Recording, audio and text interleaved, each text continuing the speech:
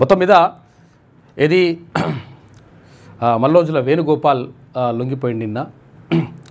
అంటే అభయ్ పేరుతో గతంలో లేఖలు విడుదల చేసినటువంటి వేణుగోపాల్ లొంగిపోవడంతో మావోయిస్టులకు గట్టి ఎదురుదెబ్బ తగిలినట్టుగా తెలుస్తూ ఉంది.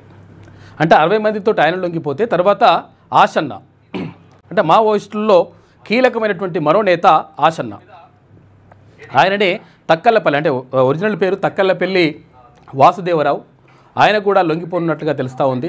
మొత్తం మీద 172 మంది దాకా అంటే ఒకేసారి మావోయిస్టులు లొంగిపోవడం ఇదంతా కూడా జరుగుతున్నట్టుగా తెలుస్తూ ఉంది. అయితే ఈ నేపథ్యంలో మొత్తం మీద ఇక్కడ ఈ ఆశనకు సంబంధించి చూసుకుంటే మనము ఇక్కడ చంద్రబాబు అలిపిరి ఘటనలో కానీ తర్వాత ఇంకా చాలా ఘటనల్లో కానీ ఈ మాధవరెడ్డి హత్యకు సంబంధించి కానీ రకరకాలుగా కొన్ని కీలకమైనటువంటి ఘటనల్లో ఆశన్న పాత్ర ఉన్నట్టుగా తెలుస్తూ ఉంది. ఆశన్న కూడా లొంగిపోవడానికి సిద్ధమైనట్టుగా అర్థమవుతూ ఉంది. ఈ నేపథ్యంలో మావోయిస్టులు మొత్తం మీద లొంగుబాట పడుతున్నారా అనేటువంటి ఒక సంకేతం కూడా కనిపిస్తూ ఉంది. ఏదేమైనప్పటికీ మేము లొంగేటువంటి ప్రసక్తే లేదు అని చెప్పేసి కొంతమంది మావోయిస్టులు చెప్తున్నటువంటి మాట. అంటే ఏది ఏమైనప్పటికీ మేము పోరాట పందాన్ని కొనసాగిస్తాం, 100% మా చివరి బొట్టు వరకు మా ప్రాణాలైనా అర్పిస్తాం, కానీ ఎట్టి పరిస్థితుల్లో ఇక్కడ లొంగిపోయే ప్రసక్తే లేదని చెప్పేసి మరికొంతమంది చెప్తా ఉంటే ప్రభుత్వం ప్రకటిస్తున్నటువంటి చేస్తున్నటువంటి ఆపరేషన్ కగారు కానీ తర్వాత మీరు జనజీవన స్రవంతిలోకి రండి, మీ జీవితాల బాధ్యత మేము చూసుకుంటామనేటువంటి మాట ప్రభుత్వం చెప్తా ఉంది. ఈ నేపథ్యంలో మావోయిస్టులు ఎక్కువ శాతం లొంగిపోతున్నటువంటి పరిస్థితి కనిపిస్తూ ఉంది. నిన్న అందులో భాగంగానే మహారాష్ట్ర ముఖ్యమంత్రి దేవేంద్ర ఫడ్నవీస్ ఆధ్వర్యంలో మల్లోజుల వేణుగోపాల్ ఆలియాస్ అభయ్ నిన్న లొంగిపోయిండు 60 మందితోటి. ఇక మొత్తం మీద మావోయిస్టులకు ఒక రకంగా ఎదురుదెబ్బ తగులుతూ ఉంది. ఇక మరోవైపు తెలంగాణ రాజ్యాధికార పార్టీ నిన్న పాలమూరు జిల్లా అంటే మహబూబ్నగర్ జిల్లా కేంద్రంలో ఓం ఫంక్షన్లలో నిర్వహించినటువంటి కార్యక్రమంలో ఏది అవర్ క్వశ్చన్ యూ ఆన్సర్ అని చెప్పేసి ప్రత్యేక కార్యక్రమం పెట్టింది. బీసీ జేఏసీ తర్వాత తెలంగాణ సామాజిక ఇంటలెక్చువల్ ఫోరం ఆధ్వర్యంలో ఈ కార్యక్రమం నిర్వహించారు. అందులో అనేక మంది మేధావులు, గతంలో రిటైర్ అయినటువంటి ఉద్యోగులు కానీ మేధావులు కానీ జర్నలిస్టులు కానీ తర్వాత అక్కడ ఉన్నటువంటి ప్రజలు కానీ అడిగినటువంటి ప్రశ్నలకు అప్పటికప్పుడు అక్కడ ప్రశ్నలు అడిగితే తీన్మార్ మల్లన్న సమాధానం. తెలంగాణ రాజ్యాధికార పార్టీ వ్యవస్థాపక అధ్యక్షుడు ఇప్పుడు ఎమ్మెల్సీ తీన్మార్ మల్లన్న అక్కడ ప్రజలతో ముఖాముఖి, ప్రజలు కానీ తర్వాత అక్కడ ఉన్నటువంటి మేధావులతోటి మాట్లాడిండు. వాళ్ళు అడిగినటువంటి ప్రశ్నలు అంటే ఇక్కడ ఒక రకంగా ఎట్లా అనిపించిందంటే గతంలో శ్రీకృష్ణదేవరాయలు ఆధ్వర్యంలో ఏది అష్టావధానం, శతావధానం, సహస్రావధానం ఇట్లా అవధానాలు నిర్వహించేవాళ్ళు, అట్లా పుచ్చకులు అడిగినటువంటి ప్రశ్నలకు ఎవరైతే అవధాని సమాధానం చెప్తారో అట్లా సమాజంలో జరుగుతున్నటువంటి పరిణామాలు తర్వాత పార్టీకి సంబంధించినటువంటి విషయాలు ఏవైనా డౌట్లు ఉంటే అన్ని రకాల విషయాలని అందరూ అడిగేటువంటి అవకాశం అక్కడ మహబూబ్నగర్ జిల్లా కేంద్రంలో నిన్న జరిగింది. ఆ కార్యక్రమంలో చాలామంది మేధావులు పాల్గొని వాళ్ళు ప్రశ్నలు సంధించారు. ఆ ప్రశ్నలకు తీన్మార్ మల్లన్న సమాధానాలు చెప్పిండు. అంటే నేను క్లియర్గా ఉన్నా, అంటే ఏ ప్రశ్ననైనా నన్ను అడగండి, దేనికైనా నేను సమాధానం చెప్పడానికి రెడీగా ఉన్నా, ఏదో ముసుగుల గుద్దులాట నేను చెప్పిందే వినాలే లేకపోతే ఇట్లా ఉండదు లెక్క. ప్రజల నుంచి వచ్చినటువంటి అభ్యర్థనలు ప్రజల నుంచి వచ్చినటువంటి ఏవైతే ప్రతిపాదనలు ఉంటాయో ఆ ప్రతిపాదనలన్నింటినీ కూడా తీసుకుంటాం, దాంతోపాటు మాకు ఒక రకమైనటువంటి దృఢమైన ఎజెండా ఉందనేటువంటి మాటను కూడా తీన్మార్ మల్లన్న స్పష్టం చేసిండు. అక్కడ చాలా విషయాలు అడిగినారు, అటు పార్టీకి సంబంధించి కానీ తర్వాత భవిష్యత్తులో తీసుకోబోయేటువంటి నిర్ణయాలపైన కానీ చాలా రకాల ప్రశ్నలు అడిగితే అన్ని రకాల ప్రశ్నలకు తీన్మార్ మల్లన్న మంచి సమాధానాలు చెప్పిండు. వాళ్ళు కూడా సంతృప్తి చెందినరు. అంటే దీని ద్వారా అంటే ప్రతి జిల్లాలు ఇక్కడ మొదటగా హైదరాబాద్ సోమాజిగూడ ప్రెస్ క్లబ్లో పెట్టినటువంటి ఇటువంటి కార్యక్రమానికి భారీ స్పందన లభించింది. ఎందుకంటే అసలు యాక్చువల్గా ఏ నాయకుడైనా కానీ అందరినీ ఇష్టం వచ్చినట్టుగా ప్రశ్నలు అడగండి నేను చెప్తా అని చెప్పేసి అనరు. అటువంటి పరిస్థితి కాకుండా ప్రజలు అడగొచ్చు, జర్నలిస్టులు అడగొచ్చు, మేధావులు అడగొచ్చు, ఎవరైనా ఎలాంటి ప్రశ్నలైనా అడగొచ్చు, దానికి నేను సమాధానం చెప్తా అని చెప్పేసి తీన్మార్ మల్లన్న నిన్న ఒక మంచి కార్యక్రమంలో పాల్గొన్నాడు. వాళ్ళు ఆహ్వానించిండ్రు. తెలంగాణ సామాజిక ఇంటలెక్చువల్ ఫోరం అటు బీసీజేఏసీ ఆహ్వానించింది. పాలమూరు జిల్లా కేంద్రం అంటే మహబూబ్నగర్ జిల్లా కేంద్రంలో జరిగినటువంటి కార్యక్రమానికి మంచి స్పందన లభించింది. అంటే ఒక సుదీర్ఘంగా ఒక 4.5 గంటల పాటు ఈ కార్యక్రమం జరిగితే 4:30 గంటల పాటు ఒక్కసారి కూడా ఒక మంచినీళ్ళు తాగుతానికి కూడా బయటకు లేచిపోయినటువంటి పరిస్థితి. మొత్తం మీద సుదీర్ఘంగా జరిగినటువంటి కార్యక్రమం దిగ్విజయమైనట్టుగా కనిపిస్తూ ఉంది. ప్రజల నుంచి మంచి స్పందన లభిస్తూ ఉంది. ఒక రకంగా విభజన రేఖ అనేటువంటిది స్పష్టంగా కనిపిస్తూ ఉంది. మేమెంతో మాకంత అనేటువంటి నినాదము క్లియర్గా కనిపిస్తూ ఉంది. ఆ నినాదం ప్రకారమే అంటే ఎవరికెంతో వాళ్ళకంతా వాటా కేటాయించాలనేటువంటి అందులో భాగంగానే కొంతమంది అడిగినారు. అంటే వీళ్ళకే ఉంటాయా వాళ్ళకే ఉంటాయా? లేదు, ఎవరి వాటా ఎంతో వాళ్ళకు 100% వాళ్ళకు అందాల్సిందే. ఆ నినాదంతో ఆ ఎజెండాతో ముందుకెళ్తున్నామని చెప్పేసి నిన్న తీర్మాన్ మల్లన్న స్పష్టం చేసిండు. కాబట్టి ఒక రకంగా తెలంగాణ రాజ్యాధికార పార్టీకి ఒక మంచి స్పందన లభిస్తూ ఉంది. తర్వాత వేలాదిగా వచ్చి చేరుతూ ఉన్నారు. అంటే మనం అందరినీ లైవ్లో మనం చూపించలేకపోతున్నాం, కాకపోతే అదంతా కూడా జరుగుతూ ఉంది. మొత్తం మీద ఏది ఇప్పుడు జూబ్లీహిల్స్ ఎన్నికలు జరిగితే కూడా అక్కడ బీసీలు ఎంతమంది ఓటర్లు ఉన్నారు, అక్కడ మైనార్టీలు ఎంతమంది ఓటర్లు ఉన్నారు, తర్వాత మిగతా వాళ్ళు అంటే ఎస్సీ ఎస్టీ జనాభా ఎంత, తర్వాత ఇక్కడ ఉన్నటువంటి అగ్రవర్ణాల జనాభా ఎంత అనేటువంటి ఒక లెక్కలు వేసుకొని ముందుకెళ్లాల్సినటువంటి పరిస్థితి ఏర్పడ్డది. అంటే క్లియర్గా రాష్ట్ర వ్యాప్తంగా చర్చ జరుగుతూ ఉంది. అక్కడ ఊర్లలో కానీ అరుగు మీద కూర్చున్నా లేకపోతే కూర్చున్నా కానీ అసలు ఏంది పరిస్థితి, ఏంది రాష్ట్రంలో జరుగుతున్నటువంటి పరిణామాలు ఏంది, మనం ఎంతో మనకంత వాటా వస్తుందా వస్తలేదా అనే దానిపైనే చర్చ జరుగుతూ ఉంది. అయితే ఈ నేపథ్యంలో ఇవాళ సుప్రీంకోర్టులో 42% రిజర్వేషన్కి సంబంధించినటువంటి జీవో నెంబర్ 9 పైన ఇవాళ సుప్రీంకోర్టులో దాన్ని తీసుకుంటా ఉన్నారు, కేసు తీసుకుంటా ఉన్నారు. ఇవాళ దానిపైన విచారణ ఉంటుంది. మరి విచారణలో ఏం తేలుతుంది, ఏం కథ అనే దానిపైనే ప్రధానంగా చర్చ జరుగుతూ ఉంది.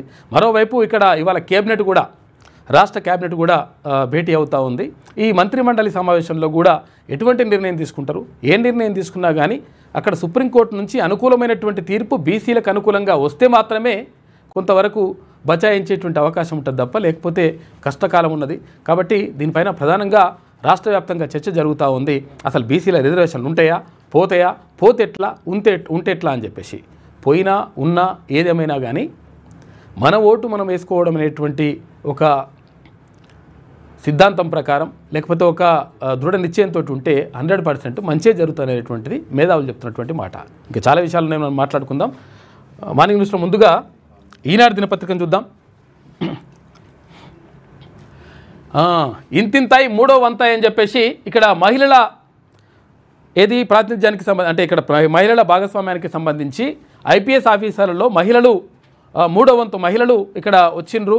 అంటే మహిళల సంఖ్య పెరుగుతూ ఉంది ఐపీఎస్ ఆఫీసర్లలో అని చెప్పేసి ఒక ప్రత్యేక కథనం వేసింది ఈనాడు దినపత్రిక. 77 ఆర్ఆర్ బ్యాచ్లో రికార్డు స్థాయిలో 62 మంది మహిళా ఐపీఎస్లు వచ్చిరట. 17న దీక్షాంత్ పరేడ్ హాజరు కానున్న బీఎస్ఎఫ్ డీజీ అని చెప్పేసి ఒక వార్త కనిపిస్తూ ఉంది. మొత్తం మీద మహిళల శాతం పెరుగుతూ ఉంది ఐపీఎస్ ఆఫీసర్లు అని చెప్పేసి ప్రధాన కథనం. అమ్మాయిలు ఐపీఎస్ వైపు వడివడిగా అడుగులేస్తున్నారు.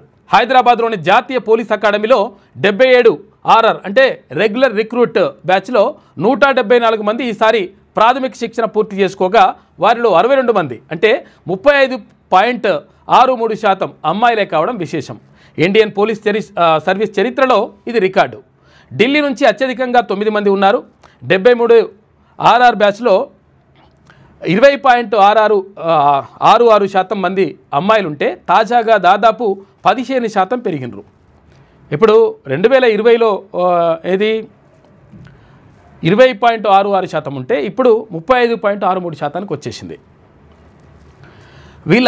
వీరంతా జిల్లాల్లో ఆచరణాత్మక శిక్షణకు వెళ్లనున్న నేపథ్యంలో అకాడమీలో ఈ నెల 15న జరగనున్న దీక్షాంత్ పరేడ్కు అంటే ఇయ్యాలనే కదా రేపు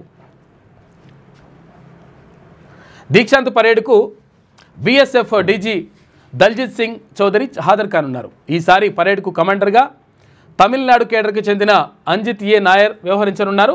ఈ సందర్భంగా ఈ బ్యాచ్ ఐపీఎస్లకు సంబంధించిన వివరాలను బుధవారం నిర్వహించిన విలేకరుల సమావేశంలో జాతీయ police academy director Amit Garg వివరించారు. ఇంజనీరింగ్ నేపథ్యం ఉన్నటువంటి ప్రొఫెషనల్ల సంఖ్య క్రమేపీ తగ్గుతూ వస్తోంది. ఈ నేపథ్యంలో మొత్తం మీద ఐపీఎస్లు పెరుగుతూ ఉన్నారు, మహిళా ఐపీఎస్లు పెరుగుతూ ఉన్నారు అనేటువంటి కథనం కనిపిస్తూ ఉంది. అది వాస్తవంగా జరుగుతుంది కూడా. ఇక్కడ 2020లో 73 ఆర్ఆర్కి సంబంధించి 2020లో 25 మంది మహిళలు ఉన్నారు. అంటే 20.66% ఉంటే 2021లో 37 మంది వచ్చిండ్రు. అంటే 22.65% క్రమేపీ పెరుగుతూ ఉన్నారు. తర్వాత 2023లో 54 మంది వచ్చిండ్రు. అంటే 28.72%. తర్వాత 2024లో ఇక్కడ 62 మంది వచ్చిండ్రు. అంటే 35.63% మంది మహిళలు ఇక్కడ ఐపీఎస్ ఆఫీసర్లుగా సెలెక్ట్ అయినరు. వాళ్ళు ఇక్కడ ట్రైనింగ్ కూడా పూర్తి చేసుకున్నారు. ఎందుకంటే ఆ ట్రైనింగ్ సెంటర్ కూడా మన హైదరాబాద్లోనే ఉంటుంది. ఈ ఐపీఎస్లకు సంబంధించి ఐపీఎస్లకు సంబంధించినటువంటి ట్రైనింగ్ సెంటర్ ఏదైతే ఉంటుందో ఆ శిక్షణ కేంద్రం హైదరాబాద్లోనే ఉంది. అదే ఇక్కడ రాజేంద్ర నగర్ పక్కన ఉంటుంది అనుకుంటా. అక్కడ అతిపెద్ద లొంగుబాటు, ఆయుధాలను త్యజించిన 139 మంది మావోయిస్టులు. మహారాష్ట్ర సీఎం సమక్షంలో మల్లోజుల ఇక 3 జిల్లాలే మిగిలాయి అని చెప్పేసి కేంద్రం అంటా ఉంది. లొంగుబాటులో ఆసన్న అని చెప్పేసి ఒక ప్రత్యేక కథనం కనిపిస్తూ ఉంది. ఆసన్న కూడా లొంగిపోతూ ఉన్నాడు. ఆసన్న అంటే ఎవరు? తక్కెళ్లపల్లి వాసుదేవరావు ఆలియాస్ ఆసన్న. ఈయన చాలా కేసుల్లో నిందితుడిగా ఉన్నాడు. తర్వాత ఈయన పైన కూడా రివార్డులు ఉన్నాయి. ఆయన కూడా లొంగిపోతాడంట. అంటే మావోయిస్టులకు సంబంధించినటువంటి పెద్ద పెద్ద నేతలు, లీడర్లు లొంగిపోతున్నటువంటి పరిస్థితి కనిపిస్తూ ఉంది అని చెప్పేసి కథనం కనిపిస్తూ ఉంది. మావోయిస్టుల చరిత్రలోనే అతిపెద్ద లొంగుబాటు చోటు చేసుకుంది. మహారాష్ట్ర, ఛత్తీస్గఢ్లలో ఒకేసారి ఏకంగా 139 మంది లొంగిపోయారు. ఆయుధాలను అప్పగించి జనజీవన స్రవంతిలో కలిసేందుకు ముందుకొచ్చారు. వారిలో మావోయిస్టు పార్టీకి దశాబ్దాల పాటు అత్యంత కీలక నాయకుడిగా వ్యవహరించినటువంటి మల్లోజుల వేణుగోపాల్ ఆలియాస్ అభయ్ నిన్న అక్కడ మహారాష్ట్ర ముఖ్యమంత్రి దేవేంద్ర ఫడ్నవీస్ ఆధ్వర్యంలో మొత్తం మీద తుపాకీ అప్పగిస్తున్నటువంటి ఈ చిత్రాన్ని మనం చూసుకోవచ్చు. మావోయిస్ట్ అగ్రనేత ఇక్కడ లొంగిపోతూ ఉన్నాడు. ఆయన పైన 6 కోట్ల రూపాయల రివార్డు ఉంది. 6 కోట్ల రూపాయలను కూడా ఆయనకి ఇస్తారట. ఇక 2030 కామన్వెల్త్ క్రీడలు భారత్లోనే నిర్వహించేందుకు అవకాశం ఉందని చెప్పేసి తెలుస్తూ ఉంది.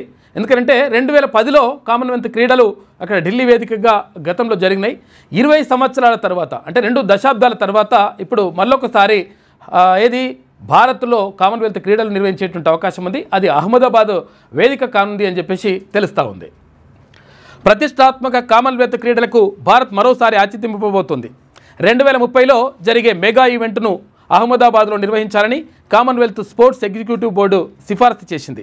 నవంబర్ 26న జరిగే సర్వసభ్య సమావేశంలో భారత్కు ఆతిథ్య హక్కులు కట్టబెడుతూ తుది నిర్ణయం తీసుకోవడం లాంఛనమే.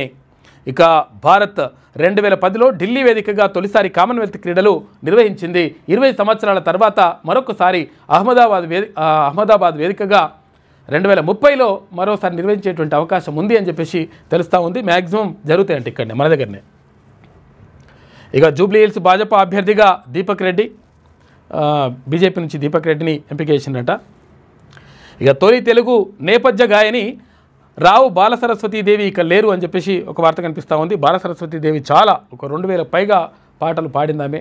తర్వాత తొలితరం గాయని ఆమె. ఇక మహల్లో కోయిల తరలిపోయింది అని చెప్పేసి సినిమా పేజీలో ప్రత్యేక కథనం వేసిండ్రు ఆమె గురించి. ఇక R&Bకి మేడారం జాతర పనులు అప్పగిస్తున్నట. చూసుకో, R&B అంటే ఎవరిది? రోడ్ సైడ్ బిల్డింగ్స్ అంటే ఎవరు? కోమటిరెడ్డి వెంకటరెడ్డికి సంబంధించినటువంటి మంత్రికి సంబంధించినటువంటి శాఖకు అప్పగిస్తున్నారట. మరి ఎవరి ఆధ్వర్యంలో జరగాలి? మేడారం జాతర అంటే ఏంటిది? ఆధ్యాత్మిక కార్యక్రమం. ఆధ్యాత్మిక కార్యక్రమం అంటే ఏంటిది? గుళ్ళు గోపురాలు. ఈ గుళ్ళు గోపురాలు అంటే ఎవరి చేతిలో ఉంటాయి? దేవాదాయ శాఖ చేతిలో ఉంటాయి. దేవాదాయ శాఖ మంత్రి ఎవరు? కొండా సురేఖ. మరి కొండా సురేఖ ఆధ్వర్యంలో జరగాల్సినటువంటి పనులు ఎవరికి అప్పగిస్తున్నారు? ఇదంతా జరుగుతూ ఉందన్నమాట. గతం నుంచి ఇక్కడ మంత్రి సీతక్క, తర్వాత కొండా సురేఖ పైన ఆధిపత్యం చెలాయిస్తున్నారనేటువంటి ఆరోపణలు ఉన్నాయి. దీనిపైన చర్చ జరుగుతున్నటువంటి నేపథ్యంలో ఈ పనులను తీసుకుపోయి ఇంకొక మంత్రిత్వ శాఖకు అప్పగిస్తారట. మరి ఇప్పుడు ఇరిగేషన్ శాఖనో లేకపోతే ఇంకో శాఖనో తీసుకొచ్చేసి మరి ఇక్కడ పొన్నం ప్రభాకర్కో లేకపోతే కొండా సురేఖకో లేకపోతే మంత్రి సీతక్కకో ఏమంటిస్తారా? ఇయ్యరు. ఎందుకనంటే అది వేరే ఉంటుంది లెక్క. ఇట్లా జరుగుతూ ఉంది. ఇది రికార్డులు అప్పగించాలని దేవాదాయ శాఖకు ఆదేశం. చూసుకోగా దేవాదాయ శాఖ దగ్గర ఉన్న పనులు అంటే ఇక్కడ ఇరిగేషన్ శాఖ వాళ్ళు, అదేది రోడ్లు భవనాల శాఖ వాళ్ళు చేస్తారట. రోడ్లు భవనాలు అయితే చక్కగా రాదు. మా ఊరికే సరిగా రోడ్డు లేదా, రోడ్డు వేయించురు ఫస్ట్. అది మీ పనులు మీద పక్కకు పెట్టేసి వేరే శాఖ మంత్రి చేతిలో ఉన్నటువంటి పని తీసుకొని కథలు ఇవన్నీ. మేడారం జాతర పనులను రోడ్లు భవనాల శాఖకు అప్పగిస్తూ ప్రభుత్వం నిర్ణయం తీసుకుంది. దేవాదాయ శాఖకు ఈ పనులను పర్యవేక్షించే సాంకేతికత లేనందున మరి లేకపోతే పీకనిక మరి పెట్టుకోవాలి సాంకేతిక లేనప్పుడు. ఇప్పుడు సాంకేతికత లేకపోతే అక్కడ మనుషులు లేకపోతే వాళ్ళని రిక్రూట్ చేసుకోవాలి కానీ వేరే శాఖకు అప్పగించుడేంది? ఎప్పుడైనా జరిగింది 5 ఏట్లన్నా? ఇవి ఇట్లుంటుంది అన్నట్టు లెక్క. బీసీలు మంత్రులుగా ఉంటే బీసీలకు సంబంధించినటువంటి శాఖలు ఒక దురదృష్టకరమైన చిన్న శాఖలు ఇస్తే ఆ చిన్న శాఖల పనులు కూడా లేకపోతే చిన్న శాఖలకు సంబంధించినటువంటి అభివృద్ధి కార్యక్రమాలు కూడా ఇక వీళ్ళు చేసుకొని పోతారు అన్నట్టు లెక్క. అంటే వాళ్ళ ఖాతాలో వాడాలి. మంచి ఏమైనా చేస్తే చెడేమైనా చేస్తే వీళ్ళ ఖాతాలో వాడాలి. దేవాదాయ శాఖకు ఈ పనులు పర్యవేక్షించే సాంకేతికత లేనందున ఈ నిర్ణయం తీసుకున్నట్లు పేర్కొంది. మరి గతంలో నిర్వహించలేదా దేవాదాయ శాఖ మేడారం జాతరని? ఈ మేరకు ప్రభుత్వ ప్రధాన కార్యదర్శి రామకృష్ణారావు ఆదేశాలు జారీ చేశారు. సమ్మక్క సారలమ్మ జాతరకు అన్ని సౌకర్యాలు కల్పించాలని ప్రభుత్వం నిర్ణయించింది. దేశంలోని వివిధ ప్రాంతాల నుంచి అధిక సంఖ్యలో వచ్చేటువంటి భక్తుల కోసం మౌలిక సదుపాయాలు కల్పించాలని చెప్పేసి మంచినే భావిస్తున్నారు. కానీ ఇదేంది కథ మరి? అంటే బీసీ మంత్రులు కనీసం బతకనియరిగా. ఇక వాళ్ళేమో నోరు లేని జీవాలు, వాళ్ళు వచ్చి ముందరకు వచ్చి మాట్లాడరు. వాళ్ళ బాధ వాళ్ళది. అరే ఇంకెంతకాలం ఇంకా మొత్తం కూడా సపరేట్ కూర్చుండే ఇంకా అవసరమా? ఇంకా అట్లా రాజీనామా చేసేసి పబ్లిక్లోకి వస్తే పబ్లికే తెలుస్తారు ఎవరు ఉండాలి ఎవరు లేదు వద్దనేది.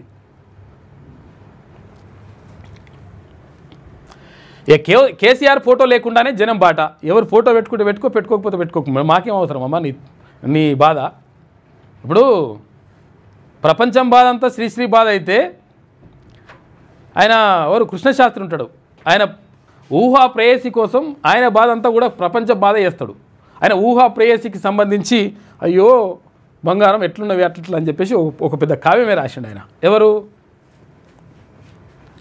అయితే ఆయన ఏం చేస్తున్నంటే ఇక్కడ కృష్ణశాస్త్రి అయితే ఆ ఊహా ప్రేయసి కోసం రాసినటువంటి కావ్యము ఓ బాధతోటి ఆవేదనతోటి రాస్తాడు. ఇదంతా కూడా ప్రపంచం బాధ అవుతుంది అని చెప్పేసి అక్కడ చలం అంటాడు అనమాట. అంటే ఇప్పుడు ఏమవుతుంది ఇక్కడ? నాయనపోటు లేదు, నాయనపోటు పెట్టుకోకపోతే పెట్టుకోక మాకేం అవసరం? మీ కుటుంబం పంచాది కదా ఇది. మీ కుటుంబం పంచాది మీ అన్నతోటి మీద, లేకపోతే మీ తర్వాత ఇక్కడ ఉన్నటువంటి అక్కడ ఎవరు హరీష్ రావు తోటి కుటుంబ సభ్యులతోటి అందరితో మంచిగా ఉన్నప్పుడు మేమైనా బయటకు వచ్చేసి అబ్బో అన్యాయం జరుగుతుంది తెలంగాణ కన్నా నేను వచ్చి మాట్లాడినవా? లేదు కదా. నీ ఇష్టం, పెట్టుకోకపోతే పెట్టుకోకు. ఇది కూడా పెద్ద వార్త. కేసీఆర్ ఫోటో లేకుండానే జనం బాట. భరాస నుంచి సస్పెండ్ చేశాక ఆయన ఫోటో పెట్టుకోవడం నైతికత కాదంట. నైతికత కాదా?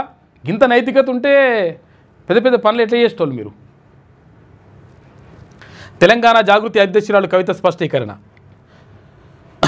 ఇప్పుడు సాకారమైంది భౌగోళిక తెలంగాణ మాత్రమే, సామాజిక తెలంగాణను సాధించుకోవాల్సిన అవసరం ఉన్నది. ఇప్పుడు గుర్తుకొచ్చిన తల్లి నీకు 10 ఏళ్ళైనాక గుర్తుకొచ్చిందంటే ఈమెకు భౌగోళిక తెలంగాణనే వచ్చింది, మనకు సామాజిక తెలంగాణ రాలేదంటుంది ఇప్పుడు. అట్లా ఎందుకంటే ఇప్పుడు మనం నమ్మాలి.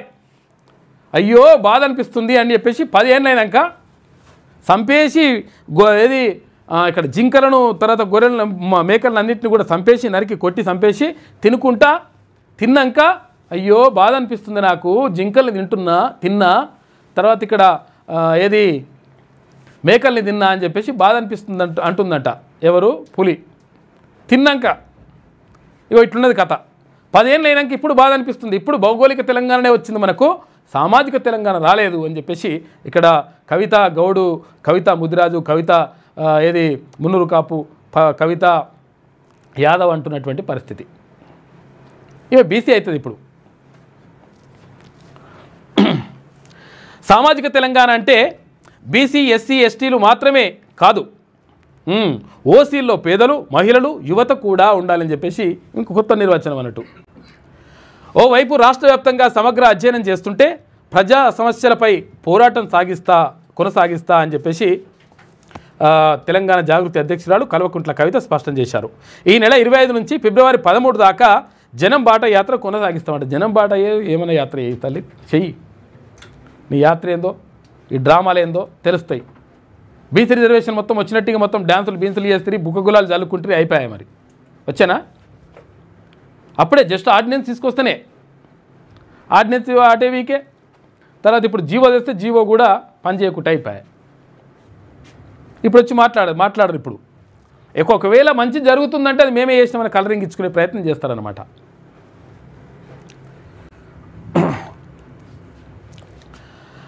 మంత్రి కొండా సురేఖ నివాసం వద్ద హైడ్రామా. మాజీ ఓఎస్డీ సుమంత్ కోసం వచ్చిన పోలీసులు అడ్డుకున్న సురేఖ కుమార్తె సుష్మిత. ఇక ఒకే కారులో వెళ్ళిపోయిన మంత్రి సురేఖ సుమంత్ అని చెప్పేసి ఒక వార్త కనిపిస్తూ ఉంది. ఈ సుమంత్ను ఎందుకు తీసేసినరో ఏం కథను అని చెప్పేసి ఇప్పుడు ప్రభుత్వం చెప్తున్నటువంటి మాట ఒక రకంగా ఉన్నది, తర్వాత అసలు యాక్చువల్గా వీళ్ళు చెప్తున్నటువంటి మాట ఒక రకంగా ఉంది. ఒక రకంగా కొండా సురేఖని ఇబ్బంది పెట్టేటువంటి ప్రయత్నం చేస్తున్నారు అనేటువంటిది ఇక్కడ స్పష్టంగా అర్థమవుతుంది. ఇక్కడ ఓఎస్డీ సుమంత్ను తీసేయడం కానీ, తర్వాత ఇక్కడ ఏది మేడారం జాతరకు సంబంధించినటువంటి పనులను కోమటిరెడ్డి వెంకటరెడ్డికి సంబంధించినటువంటి శాఖకు అప్పగించడం కానీ, ఇవన్నీ కథలు చూస్తుంటే ఒక రకంగా మొత్తం కూడా దిగ్బంధం చేసేసి కొండా సురేఖని ఇబ్బంది పెట్టేటువంటి ప్రయత్నం చేస్తున్నట్టుగా స్పష్టంగా అర్థమవుతుంది. డైరెక్ట్ తీసేస్తే ఏమంటారు, ఇక బీసీ మంత్రిని తీసేస్తావా, మహిళా మంత్రిని తీసేస్తావా అని చెప్పేసి చర్చ జరుగుతుంది కదా. అటువంటి చర్చ జరగకుండా మెల్లగా ఇట్లా ఎసరు పెడుతుంటారు అన్నమాట. అటువంటి జరిగినట్టుగా మరి కనిపిస్తూ ఉంది. ఇంకేందో మరి క్లారిటీ ఇస్తలేరు వాళ్ళు. రాష్ట్ర దేవాదాయ అటవీ శాఖల మంత్రి కొండా సురేఖ నివాసం వద్ద బుధవారం అర్ధరాత్రి నాటకీయ పరిణామాలు చోటు చేసుకున్నాయి. హైదరాబాద్లోని జూబ్లీహిల్స్ గాయత్రి హిల్స్లోని సురేఖ నివాసంలో ఆమె మాజీ ఓఎస్డీ సుమంత్కు సంబంధించి మేము ఈయనను పట్టుకపోతామని చెప్పేసి వచ్చిరట. ఏది మఫ్తీలా వస్తే అట్టట్ట పట్టుకుపోతామని చెప్పేసి ఆమె కుమార్తె సుష్మిత అడుగుతూ ఉంది ఇక మఫ్తీలో వచ్చినటువంటి పోలీసులను. ఇది ఈనాడులో ఉన్నటువంటి ప్రధాన కథనాలు. అయితే ఒకసారి వెలుగు దినపత్రిక చూద్దాం. ఇక ఇండియాలో కామన్వెల్త్ గేమ్స్ అని చెప్పేసి ఒక వార్త కనిపిస్తూ ఉంది. ఆతిథ్యం ఇవ్వనున్న అహ్మదాబాద్. 2 దశాబ్దాల సుదీర్ఘ విరామం తర్వాత ప్రతిష్టాత్మక కామన్వెల్త్ గేమ్స్ ఇండియాలో జరిగే అవకాశం ఉంది. 2030లో నిర్వహించే కామన్వెల్త్ గేమ్స్కు ఆతిథ్య నగరంగా అహ్మదాబాద్ను కామన్వెల్త్ స్పోర్ట్స్ ఎగ్జిక్యూటివ్ బోర్డు బుధవారం సిఫారసు చేసింది. నవంబర్ 26న గాస్లోలో జరిగే జనరల్ అసెంబ్లీలో దీనిపై తుది నిర్ణయం తీసుకోనున్నారు. ఒకవేళ ఈ గేమ్స్ ఆతిథ్య హక్కును ఇండియాకు లభిస్తే 2036లో ఒలింపిక్స్ నిర్వహించాలనే మన దేశ ఆశయానికి మరింత బలం చేకూరే అవకాశం ఉంది. కామన్వెల్త్ గేమ్స్ ఇప్పుడు ఒకసారి నిర్వహిస్తే 2036లో ఏవైతే ఒలింపిక్స్ ఉంటాయో ఒలింపిక్స్లు కూడా మన దేశంలో నిర్వహించేటువంటి అవకాశం ఉంటుంది అని చెప్పేసి ప్రధాన కథనం కనిపిస్తూ ఉంది. కామన్వెల్త్ గేమ్స్ గతంలో 2010లో జరిగినాయి. అంటే 20 ఏళ్ళ తర్వాత మళ్ళీ ఒకసారి అవకాశం వస్తూ ఉంది. ఇక అభ్యర్థులు ఫైనల్ సమరానికి సై. జూబ్లీహిల్స్ బరిలో బీఆర్ఎస్ బీజేపీ నుంచి ఓసీ క్యాండిడేట్లు, ఇక కాంగ్రెస్ నుంచి బీసీ అభ్యర్థి. గెలుపుపై ఎవరి అంచనాలు వారివే. బీసీలు మైనార్టీలు తమ వైపే అంటున్న కాంగ్రెస్ పార్టీ. ఇక సిటీలో డెవలప్మెంట్ వర్క్స్ స్కీమ్స్ కలిసి వస్తాయని ధీమా వ్యక్తం చేస్తుంది. సెంటిమెంట్ని నమ్ముకున్న బీఆర్ఎస్ మోడీ చరిష్మా హిందుత్వంపై బీజేపీ ఆశలు పెట్టుకుంది అని చెప్పేసి ఒక కథనం కనిపిస్తూ ఉంది. ఇక్కడ కాంగ్రెస్ నుంచి నవీన్ యాదవ్, తర్వాత బీఆర్ఎస్ నుంచి గోపీనాథ్ వాళ్ళ సతీమణి సునీత, తర్వాత ఇక్కడ బీజేపీ నుంచి దీపక్ రెడ్డి. జూబ్లీహిల్స్ అసెంబ్లీ స్థానంలో ఉప ఎన్నికల వేడి రాజుకున్నది. అధికార కాంగ్రెస్ పార్టీ, ప్రతిపక్ష బీజేపీ, బీఆర్ఎస్ పార్టీలు తమ అభ్యర్థులను ఫైనల్ చేయడంతో గురువారం నుంచి ప్రచారం హోరెత్తనున్నది. 3 ప్రధాన పార్టీలు గెలుపుపై తమదైన అంచనాలతో భిన్నమైన వ్యూహాలతో ముందుకు పోతున్నాయి. బీసీలు, మైనార్టీల మద్దతు, ప్రభుత్వ పథకాలు కలిసి వస్తాయని కాంగ్రెస్ భావిస్తుండగా సెంటిమెంట్ తమకు కలిసి వస్తుందేమోనని బీఆర్ఎస్ ఆశలు పెట్టుకున్నది.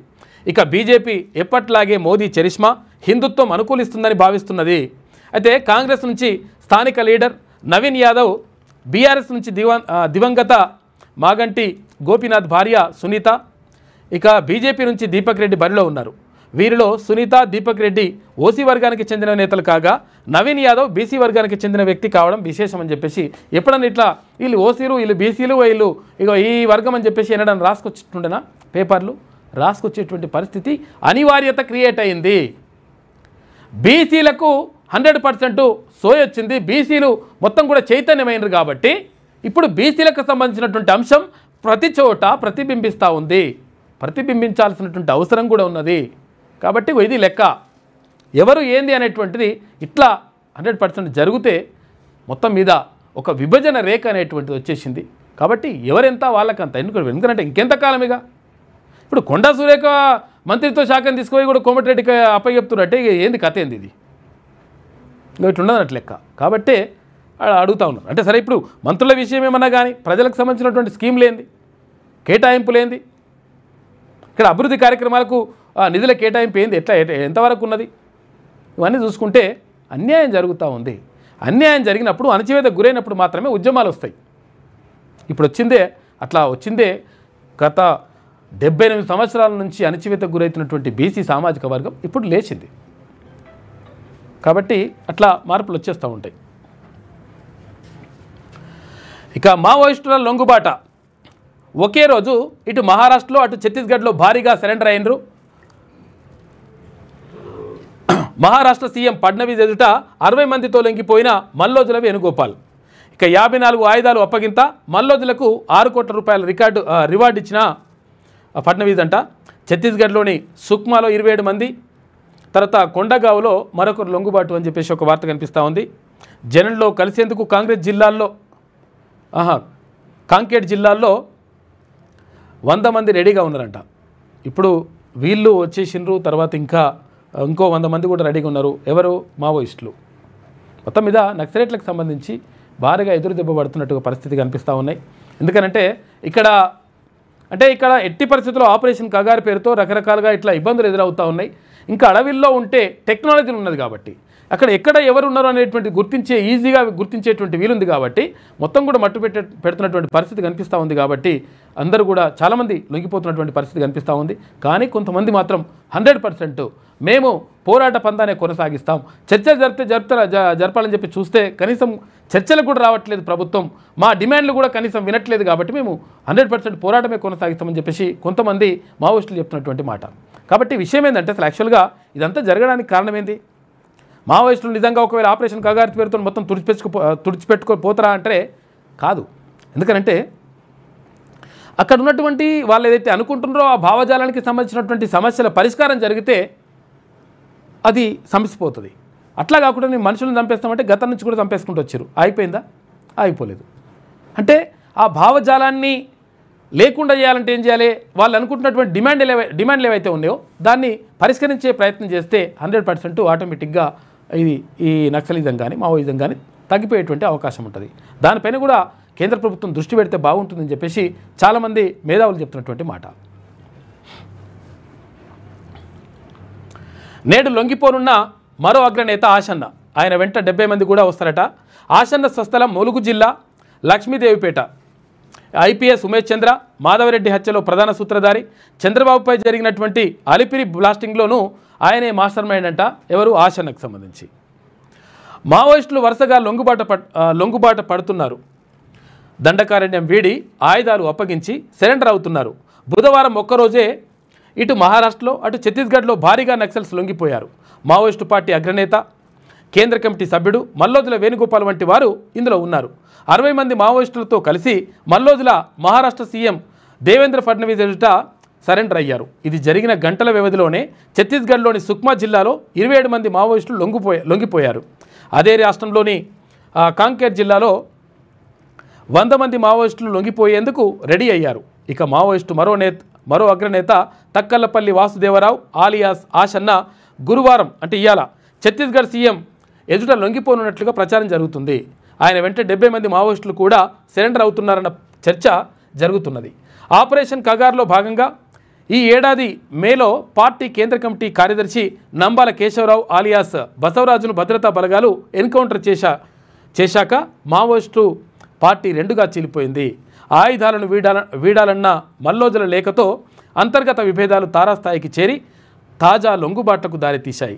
మావోయిస్టు పార్టీ గతంలో ఎన్నడూ లేనంతగా సంక్షోభం ఎదుర్కొంటున్నది. వాస్తవం కూడా. తుపాకీని అప్పగించిన మల్లోజుల.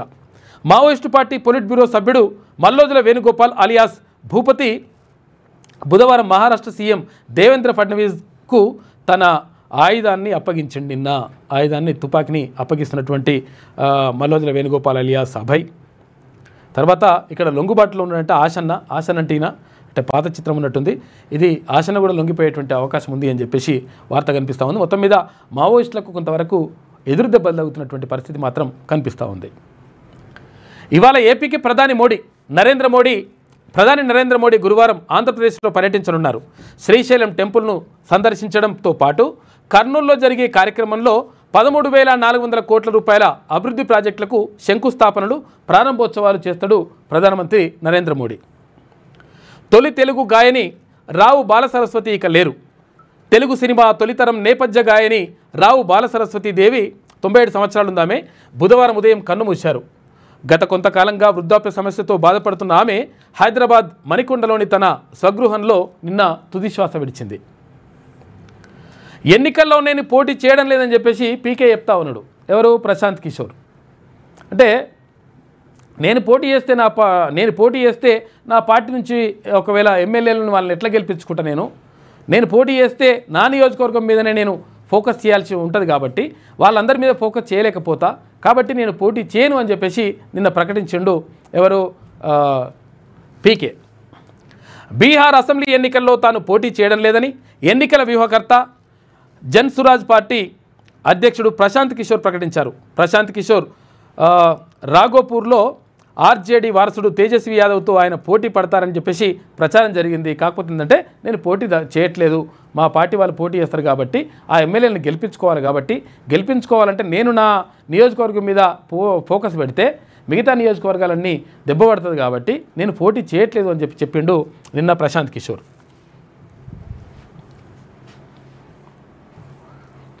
ఇక ఇవాళ కేబినెట్ భేటీ ఉంటుంది.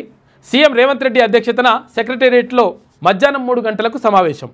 బీసీ రిజర్వేషన్లు, స్థానిక ఎన్నికలు, ధాన్యం కొనుగోలు, మెట్రోపై చర్చ, ఇరిగేషన్ ప్రాజెక్టులు, ఎస్ఎల్బీసీ పనులపై డిస్కషన్ ఉంటుందంట. పలు నిర్ణయాలు తీసుకుంటారని చెప్పేసి అంటున్నారు.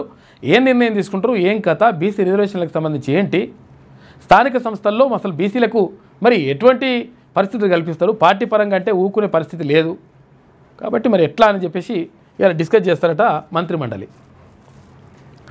అడవుల్లో సినిమా షూటింగ్స్కి ఏర్పాట్లు చేస్తారట ఏది పర్యాటక శాఖ. రాష్ట్ర వ్యాప్తంగా 70 ప్రాంతాల గుర్తింపు. ఫిలిం డెవలప్మెంట్ కార్పొరేషన్ ప్రతినిధులతో అటవీ శాఖ అధికారులు చర్చలు జరుపుతారు. అటవీ శాఖ వాళ్ళట 24 గంటల్లోనే పర్మిషన్లు, రోజుకు 50,000 రూపాయల ఫీజు ఉంటుందంట. ఏది అడవులలో పోయి సినిమా షూటింగ్లు తీసుకోవచ్చు. నోడల్ ఆఫీసర్గా చార్మినార్ సిసిఎఫ్ ప్రియాంక వర్గీస్ ఉంటుందంట. అడవులలో షూటింగ్లు తీసుకోవచ్చు అని చెప్పేసి ఇక్కడ సినిమా వాళ్లకు ఆఫర్ ఇస్తూ ఉన్నారు. రోజుకి 50,000 రూపాయల ఫీజు తీసుకుంటారట. ఇక కొనుగోళ్లు షురూ అయినాయి. వానాకాలం పంట సేకరణకు సర్కారు ఏర్పాట్లు చేస్తూ ఉంది. ఇప్పటికే 6 జిల్లాల్లో వడ్ల కేంద్రాలు ప్రారంభం. మొత్తం 80 లక్షల టన్నులు కొనాలని చెప్పేసి టార్గెట్గా పెట్టుకుంది. ఈఎల్టీ నుంచి మొక్కల కొనుగోళ్లు 6 లక్షల టన్నుల కొననున్నటువంటి మార్కెట్ అని చెప్పేసి ఒక వార్త కనిపిస్తూ ఉంది. వానాకాలం సీజన్ పంట కొనుగోళ్లకు సర్కార్ సిద్ధమైంది. ఇప్పటికే వడ్ల కొనుగోళ్ల కోసం 6 జిల్లాల్లోని ధాన్యం సేకరణ కేంద్రాల్లో రైతుల వివరాలను నమోదు చేసుకుంటున్నది. అలాగే గురువారం నుంచి మొక్కలు కొనడానికి కూడా సిద్ధమైంది. మరోవైపు ఈ నెల 21 నుంచి సిసిఐ ద్వారా పత్తి కూడా కొనడానికి లైన్ క్లియర్ అయింది. మొత్తంగా 80 లక్షల టన్నుల వడ్లు, 27 లక్షల టన్నుల పత్తి, 6 లక్షల టన్నులకు పైగా మొక్కల కొనుగోళ్లకు ప్రభుత్వం రంగం సిద్ధం చేసిందని చెప్పేసి ఒక వార్త కనిపిస్తూ ఉంది. కొనుగోలు కేంద్రాలు స్టార్ట్ అవుతున్నాయంట. ఎందుకంటే మళ్ళీ వడ్లు వస్తాయి కదా. పత్తి కొనుగోళ్లకు లైన్ క్లియర్ అయింది. ఎందుకు? జిన్నింగ్ మిల్లర్లతో చర్చలు ఫలించడంతో సిసిఐ ఆధ్వర్యంలో రాష్ట్ర వ్యాప్తంగా ఈ నెల 21 నుంచి పత్తి కొనుగోలు ప్రారంభం కానున్నాయి. మన రాష్ట్రంలో 45 లక్షల ఎకరాల్లో పత్తి సాగు కాగా 27 లక్షల టన్నుల ఉత్పత్తి అయ్యిందని అధికారులు అంచనా వేస్తున్నారు. దీనికి తగ్గట్టు 328 జిన్నింగ్ మిల్లులలో కొనుగోలు ప్రారంభించనున్నారు. జాబ్ వర్క్ టెండర్లలో మిల్లర్లు పాల్గొనకపోవడంతో ఆలస్యమైనప్పటికీ మంత్రి తుమ్మల నాగేశ్వరరావు చర్చల ఫలితంగా సమస్యలు తొలగిపోయాయి. అయితే కపాస్ కిసాన్ యాప్లో నమోదు చేసుకున్న రైతుల నుంచే కొనుగోలు చేయనున్నారని చెప్పేసి ఒక వార్త కనిపిస్తూ ఉంది. అందులో ఆ యాప్లో కపాస్ కిసాన్ అనేటువంటి యాప్లో ఒకవేళ అలా నమోదు చేసుకుంటే మాత్రమే కొంటారంట. కాబట్టి పత్తి కొనుగోలు కూడా జరుగుతాయని చెప్పేసి వార్త కనిపిస్తూ ఉంది. ఇగో ఇట్లా చూడరు. ఎందుకంటే ఆపోజిట్ వస్తుంటారు, తర్వాత ఇష్టం వచ్చిన స్పీడ్ పోతుంటారు, రకరకాలుగా ఇవన్నీ జరుగుతూ ఉంటాయి. ఆ టిప్పర్ రోడ్ వచ్చేసి పాపం అక్కడ బైకును కొడితే పాపం 4 చనిపోయారు. 2 పిల్లలు, తర్వాత తండ్రి బిడ్డ కూడా. చాలా ప్రమాదకరంగా ఉంటాయి. చాలా జాగ్రత్తగా ఉండాలి. చాలామంది ఏం చేస్తుంటారంటే ఈ క్షణం ఏమవుతుందో అర్థం కాదు, క్షణాల్లో పోతాయి ఆయన ప్రాణాలు పోతాయి, వైకల్యం ఏర్పడుతుంది. చాలా దారుణమైనటువంటి పరిస్థితులు ఉంటాయి. పాపం వీళ్ళైతే అసలు దారుణం. ఆపోజిట్ టిప్పర్ రోడ్ వచ్చేసి కొట్టేసిండు కథం. రాంగ్ రూట్ తర్వాత ఓవర్ స్పీడ్ స్కూటీని ఢీ కొట్టిన టిప్పర్, 4 మృతి. మృతుల్లో తండ్రి, కూతురు, 2 మనవళ్ళు ఉన్నారు. టీకా కోసం బికనూరు నుంచి వెళ్తుండగా యాక్సిడెంటు. ఇక్కడ బిక్కనూరు అంటే ఇక్కడ కామారెడ్డి కంటే ముందు ఉంటుంది, కామారెడ్డి జిల్లాలోనే. ఇక టిప్పర్ వేగంగా రాంగ్ రూట్లో రావడంతో ప్రమాదం జరిగింది. టిప్పర్ రోడ్డు ఆపోజిట్లో రాంగ్ రూట్లో స్పీడ్ వచ్చేసి కొట్టేసినట్ట కొడుకు. ఇటువంటి వాళ్ళని ఏం చేయాలి సార్? యాక్చువల్గా 4 ప్రాణాలు పాపం, చిన్నపిల్లలు, 2 పిల్లలు, తర్వాత తండ్రి వాళ్ళ కూతురు. కామారెడ్డి జిల్లాలో ఘటన. మృతులు మెరుగు ప్రకాష్, జస్లిన్, తర్వాత జోయల్ ప్రకాష్, జోయల్ జడ్సన్ అని చెప్పేసి పిల్లలు పాపం. కామారెడ్డి జిల్లాలో ఘోర రోడ్డు ప్రమాదం జరిగింది. స్కూటీని రాంగ్ రూట్లో వచ్చిన టిప్పర్ ముందు నుంచి బలంగా ఢీకొట్టింది. ఈ ఘటనలో ఒకే కుటుంబానికి చెందిన 4 చనిపోయారు. మృతుల్లో తండ్రి, కూతురు, 2 మనవళ్ళు ఉన్నారు. కామారెడ్డి జిల్లా కరడుపల్లికి చెందిన మెరుగు కిషన్ 20 ఏళ్ల కింద కుటుంబంతో సహా ఆదిలాబాద్లో వెళ్ళి సెటిల్ అయ్యారట పాపం. వీళ్ళ పరిస్థితి ఏం కావాలి? చిన్న పిల్లలతో పాపం, కూతురు అందరూ కూడా చనిపోయారు. కాబట్టి రోడ్డు ప్రమాదాల విషయంలో చాలా జాగ్రత్తగా ఉండండి. ఇష్టం వచ్చినట్టుగా పెద్ద పెద్ద బైకులు, స్పోర్ట్స్ బైకులు కొనిస్తాం. మా పిల్లగాడు నేను 4 లక్షలు పెట్టి బైక్ కొనిచ్చిన అంటాడు. ఎందుకు కొనిచ్చి? అంత అవసరమా? ఈ స్టైళ్ళు, బీళ్ళు, తర్వాత ఏతులు ఇవన్నీ కలిస్తే లాస్ట్కి వస్తే ప్రాణాలు పోతే లబో దిబ్బం అనాల్సి వస్తుంది తల్లిదండ్రులు. అది గుర్తుపెట్టుకోరి. మా పిల్లగాడికి అట్లా కొనిచ్చినామండి, మా పిల్లగాడికి ఏం పని చెప్పమండి. ఏం పని చెప్పకపోతే వాడు ఏం పనికి రాకుండా పోతాడు. ఏదైనా పని చెప్పాలి. వానికి కష్టం అంటే ఏంటిది, నష్టం అంటే ఏంటిది, బాధ అంటే ఏంటిది, సుఖం అంటే ఏంటిది, ఇవన్నీ తెలియాలి. ఏది తెలియకుండా పెంచితే ఆగమవుతుంది లెక్క. ఇక బనకచెర్లపై వారంలోగా వివరణ ఇవ్వండి, వాస్తవాలు చెప్పండి. ఏపీకి కృష్ణా బోర్డు లేఖ రాసిందట. తెలంగాణ అభ్యంతరాలకు స్పందన. ఈ స్పందన బిందన లేఖలు రాస్తారు, మంచిగా ఉండదు. కానీ లేఖలు రాస్తే ఆగుతాయా అంటే మరి ఆగే పరిస్థితి అయితే కనిపించలేదు. అక్కడ కేంద్ర ప్రభుత్వం ఓకే చెప్పింది, ఇక్కడ చంద్రబాబు నాయుడు ఆగ మేఘాల మీద ఉరుకుతున్నాడు. ఆంధ్రప్రదేశ్ చేపడుతున్న పోలవరం బనకచెర్ల లింక్ ప్రాజెక్టుపై తెలంగాణ లేవనెత్తిన అభ్యంతరాలపై కృష్ణా రివర్ మేనేజ్మెంట్ బోర్డు అంటే కేఆర్ఎంబీ స్పందించింది. ఆ ప్రాజెక్టుపై వారంలోగా వివరణ ఇవ్వాల్సిందిగా ఏపీని బోర్డు ఆదేశించింది. ఈ మేరకు ఏపీకి లేఖ రాసింది. బనకచెర్ల ప్రాజెక్టు డిపిఆర్ తయారీకి ఇటీవల ఏపీ ప్రభుత్వం టెండర్లు పిలిచింది. అంత నడుస్తూ ఉంది పనిగా. మళ్ళీ మేము ఆపుతామని చెప్పేసి మరి మంత్రి ఉత్తమ్ కుమార్ రెడ్డి అంటుండు, తర్వాత ముఖ్యమంత్రి అంటుండు. మరి ఆపాలే, చూద్దాం ఏం చేస్తారు. ఇక పాక్ ఆఫ్ఘన్ బార్డర్లో బాంబుల మోత. తాలిబాన్లు పాక్ ఆర్మీ మధ్య భీకర కాల్పులు జరిగినాయి. పాక్ అవుట్పోస్టులపై తాలిబాన్ల దాడి, ఆఫ్ఘన్ క్యాంపులను ధ్వంసం చేసిన పాకిస్తాన్. 58 మంది పాక్ సోల్జర్లను చంపేసినామని చెప్పేసి తాలిబాన్లు చెప్తా ఉన్నారు. 30 మంది తాలిబాన్లను మట్టుపెట్టినామని చెప్పేసి పాకిస్తాన్ అంటుంది. తాలిబాన్లను కూడా పెంచి పోషించింది పాకిస్తాన్ గతంలో. ఇప్పుడు తాలిబాన్లే పాకిస్తాన్ పని చేస్తున్నారు. పామును పెంచుకుంటే ఏమవుతుంది? కొట్టేస్తుంది. ఆ పని చేస్తున్నారు. మంచి పని జరుగుతుంది. వాళ్ళే కొట్టుకుంటారు ఇప్పుడు.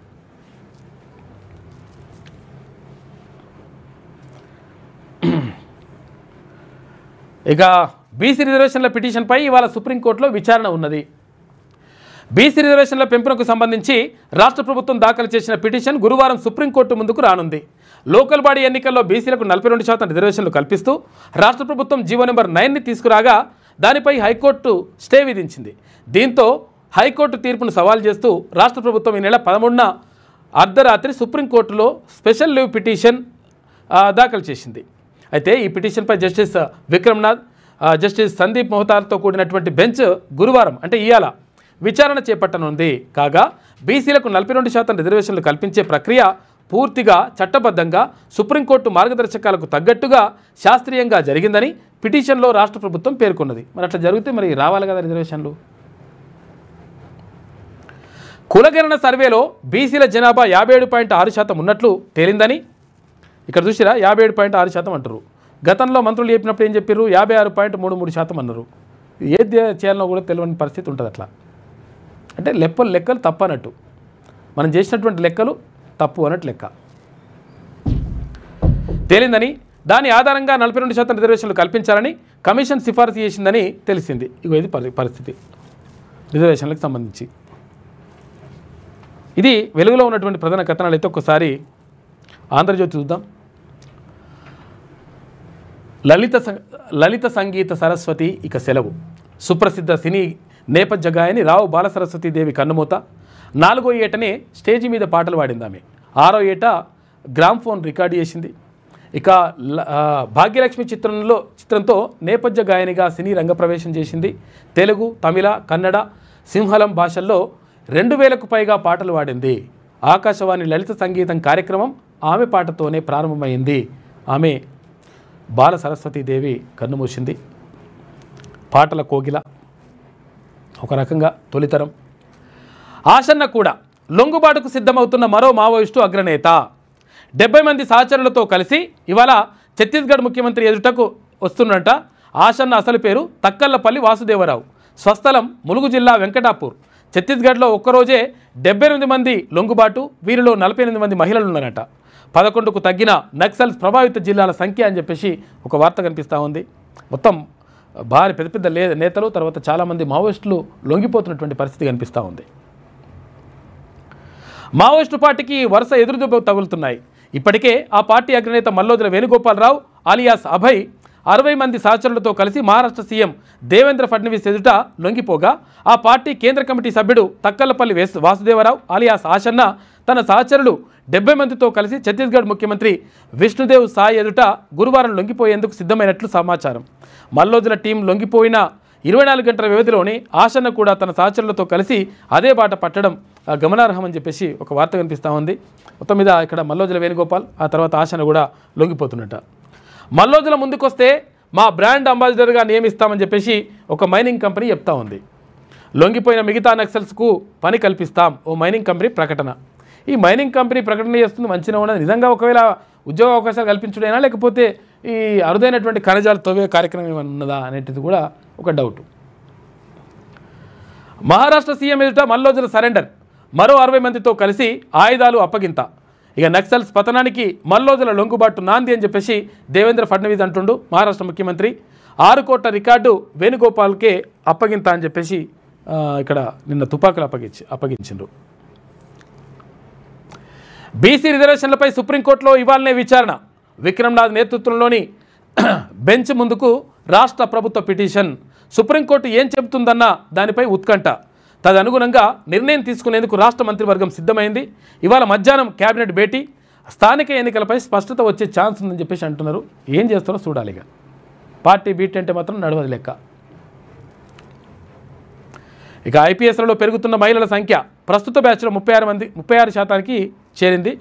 తగ్గుతున్న ఇంజనీరింగ్ పట్టభద్రులు, పెరుగుతున్న ఆర్ట్స్ సైన్స్ విద్యార్థులు. 25 ఏళ్లలోపే చేరిన వారు 12% ఉన్నారట. 25 ఇయర్స్ లోపే ఐపీఎస్ ఆఫీసర్లు. నేషనల్ పోలీస్ అకాడమీ డైరెక్టర్ గారికి చెప్తా ఉన్నాను. నేషనల్ పోలీస్ అకాడమీ ఇక్కడ మన హైదరాబాద్లో ఉంది. ఇది కూడా అడుగుతారు ఒకసారి, నేషనల్ పోలీస్ అకాడమీ ఎక్కడ ఉంది అని చెప్పేసి కూడా ప్రశ్న రావచ్చు కాంపిటేటివ్ ఎగ్జామ్స్లో. మంత్రి కొండా సురేఖ ఇంటి ముందు హైడ్రామా. ఆమె మాజీ ఓఎస్డీ సుమంత్ కోసం మంత్రి నివాసానికి వచ్చిన పోలీసులు. వాగ్వాదానికి దిగిన సురేఖ కుమార్తె సుష్మిత తమ కుటుంబంపై సీఎం రేవంత్, పొంగులేటి శ్రీనివాసరెడ్డి, వేం నరేందర్ రెడ్డి కుట్ర చేస్తున్నారని అక్కడ సుష్మిత ఆరోపిస్తూ ఉంది. రెడ్లు అంతా కలిసి బీసీ మంత్రి అయిన తన తల్లిని అనగదొక్కేందుకు ప్రయత్నిస్తున్నారని చెప్పేసి ఫైర్ అయింది. చూసుకో ఎట్లా ఎవరెవరంట ఇక్కడ తమ కుటుంబంపై సీఎం రేవంత్ రెడ్డి, పొంగులేటి శ్రీనివాసరెడ్డి, వేం నరేందర్ రెడ్డిలు అందరూ కలిసి కుట్ర చేస్తున్నారని చెప్పేసి ఆమె ఆరోపిస్తున్నది. రెడ్లంతా కలిసి బీసీ మంత్రి అయినటువంటి తన తల్లిని అనగదొక్కేందుకు ప్రయత్నిస్తున్నాడని ఫైరు. ఇక సుమంత్ డెక్కన్ సిమెంట్స్ ప్రతినిధులను రివాల్వర్తో బెదిరించారని చెప్పేసి ఆరోపణలు ఉన్నాయి. ఉత్తమ్ కుమార్ రెడ్డి ఫిర్యాదు మేరకు పోలీసులు చర్యలు చేపట్టారట. వీళ్ళు రెడ్ అంతా కలిసి ఇక్కడ బీసీ మంత్రి పనిచేస్తున్నారనేటువంటిది వీళ్ళ ఆరోపణ. చూడరు ఎట్లున్నదో లెక్క అర్థం చేసుకోవాలి. ఇప్పుడు ఉన్నదే 2 మంత్రులు అక్కడ. ఎవరు కొండా సురేఖ, తర్వాత ఇంకొక ఎవరు పొన్నం ప్రభాకర్ గౌడ్. ఇద్దరు ఉంటుంటే ఒక పని చేసేస్తున్నారు. ఇంకో ఇట్లా మంత్రి కొండా సురేఖ మాజీ ఓఎస్డీ సుమంత్ వ్యవహారం సంచలనంగా మారింది. ప్రభుత్వం సుమంత్ను మంగళవారమే ఓఎస్డీ పోస్టు నుంచి తొలగించగా బుధవారం ఆయనను అరెస్టు చేసేందుకు పోలీసులు ప్రయత్నించారు. జూబ్లీహిల్స్ రోడ్ నెంబర్ 10లోని మంత్రి నివాసంలో ఆమెను అరెస్ట్ చేసేందుకు పోతే ఆమె కూతురు వచ్చేసి అట్టెట్లా చేస్తారు ఏం కథ మీద అని చెప్పేసి అడుగుతుంది. ఆమె రెడ్లంతా కలిసి బీసీల పని చేస్తున్నాడ. చూసుకోలేక జూబ్లీహిల్స్ బీజేపీ అభ్యర్థి లంకల దీపక్ రెడ్డి పార్టీ అధిష్టానం ప్రకటన. 2023 అసెంబ్లీ ఎన్నికల్లోనూ ఇదే స్థానం నుంచి పోటీ పడిన దీపక్ రెడ్డి అని చెప్పేసి ఒక వార్త. ఇక రైల్లో మహిళపై అత్యాచారం, మహిళా భోగిలో దారుణం. బాధితురాలు ఒక్కరే ఉండడంతో కత్తితో బెదిరించి అఘాయిత్యం చేసిరట. ఆపై నగదు ఫోన్తో పరారైండ్రు. సంత్రగచ్చి చెర్లపల్లి స్పెషల్ ట్రైన్లో గుంటూరు సమీపంలో ఘటన జరిగిందంట. సికింద్రాబాద్ రైల్వే పోలీసులకు ఫిర్యాదు చేసింది మహిళ. పాపం దారుణం అసలు ఇది. ఆ కొడుకులు అసలు ఏందో మనుషులు మృగాలు అర్థం కాదు. ఇది ఆంధ్రజ్యోతిలో ఉన్నటువంటి ప్రధాన కథనాలు. అయితే ఒకసారి శనార్థి తెలంగాణ చూద్దాం. ఒకసారి ఒకవేళ తెలంగాణ రాజ్యాధికార పార్టీలో మీరు చేరాలనుకుంటే ఒకసారి ఆ వీడియో చూడండి. పార్టీ స్థాపించడం జరిగింది. ఈ పార్టీలో వాళ్ళ చూడ్రి మనకు రిజర్వేషన్ వద్దని చెప్తా ఉన్నారు. వాళ్ళ కథ చూడ్రి. వాళ్ళు ఇగో బీసీలకు ఇచ్చిన డబ్బు గిది, ఓసీలు ఎత్తుకపోయిన డబ్బు గిది. ఇగో అగ్రవర్ణాల చేతుల్లో 67 లక్షల ఎకరాల భూములు ఉన్నాయి.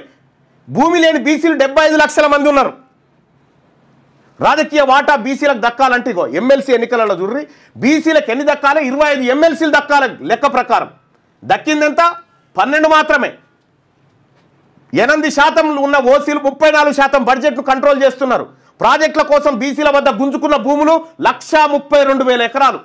ప్రాజెక్టులు కడతామని బీసీల దగ్గర గుంజుకున్న భూములు 132,000 ఎకరాలు గుంజుకున్నారు వీళ్ళు. బీసీలకు తెలంగాణ రాష్ట్రం వచ్చిన తర్వాత ఒక్క ఎకరమన్నా పంచిరండి, పంచలే. ఇవన్నీ ఏంది? అందుకోసమే ప్రజలారా ఈ పార్టీ, ఈ తెలంగాణ రాజ్యాధికార పార్టీ, ఇది ఫక్తు బీసీల ఆకాంక్షలు నెరవేర్చే పార్టీ. ఇది అన్యాయం జరిగిన వర్గాలకు అండగా నిలబడేటువంటి పార్టీ. ఈ పార్టీలో చేరండి. ఆన్లైన్లో మీరు రిజిస్టర్ చేసుకోండి. ఇక్కడ మీకు తెలంగాణ రాజ్యాధికార పార్టీ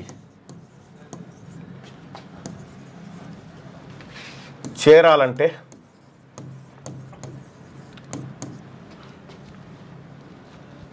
98665524 ఈ నెంబర్కు వాట్సాప్లో మిస్డ్ కాల్ ఇవ్వండి. మామూలు కాల్లో కాకుండా వాట్సాప్లో ఇవ్వండి. మిస్ కాల్ ఇవ్వండి.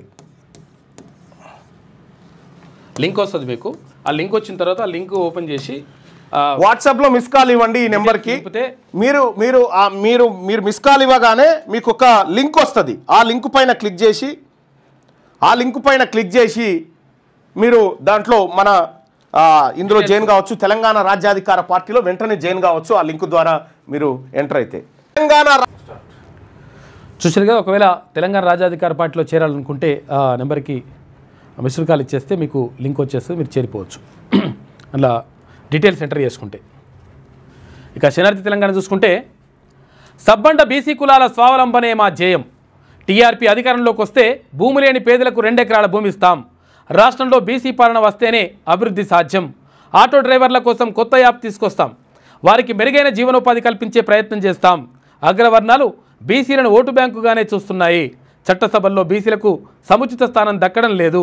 42% రిజర్వేషన్లు భిక్ష కాదు, అది బీసీలకు దక్కాల్సినటువంటి న్యాయబద్ధమైన హక్కు.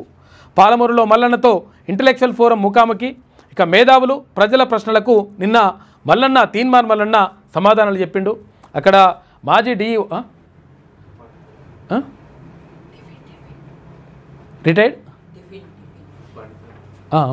రిటైర్డ్ డిఈఓ విజయ్ కుమార్ ఆధ్వర్యంలో కార్యక్రమం జరిగింది. తర్వాత ఇంకా అక్కడ సంగెం సూర్యారావు గారు, తర్వాత చాలామంది, అంటే వీళ్ళతో పాటు తర్వాత ఇక్కడ ఇంటలెక్చువల్స్ అందరూ కూడా చాలా మందితోటి నిన్న అంటే ప్రజల ప్రశ్నకు మల్లన్న సమాధానాలు ఆ కార్యక్రమం జరిగింది.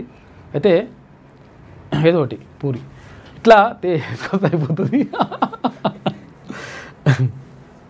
అయితే విషయం ఏంటంటే అసలు యాక్చువల్గా నిన్న ప్రధానంగా అక్కడ చర్చ విస్తృత స్థాయిలో జరిగింది. 4.5 గంటల పాటు ఈ కార్యక్రమం జరిగింది. కార్యక్రమంలో అంటే చాలామంది మేధావులు పాల్గొన్నారు. తర్వాత వివిధ రిటైర్డ్ ఆఫీసర్లు పాల్గొన్నారు. తర్వాత అక్కడ ఉన్నటువంటి టీచర్లు పాల్గొన్నారు. అక్కడ ఉన్న ప్రజలు పాల్గొన్నారు. తర్వాత జర్నలిస్టులు పాల్గొన్నారు. వీళ్ళందరూ కూడా అడిగినటువంటి అన్ని ప్రశ్నలకు కూడా తీన్మార్ మల్లన్న సమాధానం చెప్పిండు. అంటే తీన్మార్ మల్లన్న క్లియర్ చెప్పేస్తా ఉన్నాడు. అంటే మేము ముసుగులో గుద్దులాట ఇవన్నీ ఏముండే లెక్కలు, ఏం అడగాలనుకున్నా మీరు అడగొచ్చు, ఏదైనా నేను సమాధానం చెప్పడానికి నేను రెడీగా ఉన్నా, మొత్తం క్లియర్గా వచ్చేస్తున్నాం. మేము ఒక ప్రధానమైనటువంటి క్లియర్ కట్ అజెండాతోటి ముందుకు వస్తూ ఉన్నా. కాబట్టి మీరు ప్రజలు ఇచ్చేటువంటి ఏవైతే ప్రతిపాదనలు ఉంటాయో లేకపోతే ఏవైతే అంశాలు ఉంటాయో వాటన్నిటిని కూడా పరిగణలోకి తీసుకొని పార్టీ ముందుకెళ్తుంది అని చెప్పేసి నిన్న తీన్మార్ మల్లన్న క్లియర్గా చెప్పిండు. అన్ని ప్రశ్నలకు సమాధానాలు ఇచ్చిండు. సబ్బండ బీసీ కులాల స్వావలంబనే తెలంగాణ రాజ్యాధికార పార్టీ ధ్యేయమని ఆ పార్టీ వ్యవస్థాపక అధ్యక్షుడు శాసనమండలి సభ్యులు తీన్మార్ మల్లన్న అన్నారు. మహబూబ్నగర్ పట్టణంలో బుధవారం సామాజిక తెలంగాణ ఇంటలెక్చువల్ ఫోరం ఆధ్వర్యంలో మల్లన్నతో ముఖాముఖి కార్యక్రమం జరిగింది. ఈ కార్యక్రమంలో 12 మంది మేధావులు మల్లన్నతో ఇంటరాక్ట్ అయ్యారు. నిన్న పాలమూరుకు చేరుకున్న తర్వాత మల్లన్న తెలంగాణ చౌరస్తాలో ఉన్న ఎర్రసత్యం విగ్రహానికి ఎర్రసత్యం ముదిరాజు పెద్ద లీడర్, గట్టి లీడర్ ఉండే, ఎవరినైనా కానీ ముచ్చంటలు పట్టించినటువంటి లీడర్, బీసీ లీడర్, అటువంటి వాడిని ఆయనని చంపిపిచ్చారు కుట్రలు చేసి. ఎర్రసత్యం విగ్రహానికి పూలమాలలు వేసి నివాళులర్పించారు. అనంతరం 3 గంటలకు ఓం కన్వెన్షన్ హాల్లో 13 మంది ఇంటలెక్చువల్స్తో జరిగిన ముఖాముఖి ప్రోగ్రాంలో పాల్గొన్నారు. ఈ సందర్భంగా వారు అడిగిన అన్ని ప్రశ్నలకు తీన్మాన్ మల్లన్న సావధానంగా వివరంగా సమాధానాలు చెప్పారు. ప్రతి అంశంపైన లోతుగా వివరించే ప్రయత్నం చేశారు. Intellectuals Lakshman Goud, Vijay Kumar, Srinivasulu, retired MRO Gangadhar, Satyam Sunitha, తర్వాత ఇక బెక్కం జనార్దన్, సారంగి లక్ష్మీకాంత్, శ్రీనివాస్ సాగర్, బుగ్గన కొరముని వెంకటయ్య తర్వాత అడిగినటువంటి ప్రశ్నలకు సమాధానం ఇచ్చారు. ఇంకా చాలామంది అడిగినారు. దాదాపుగా 4 గంటల 5 నిమిషాల పాటు ముఖాముఖి కార్యక్రమం జరగగా ఈ ఇంటరాక్షన్లో అనేక అంశాలు చర్చకు వచ్చాయి. పాలమూరు జిల్లాను వలసల జిల్లాగా మార్చిందే ఈ పాలకులని మల్లన్న విమర్శించారు.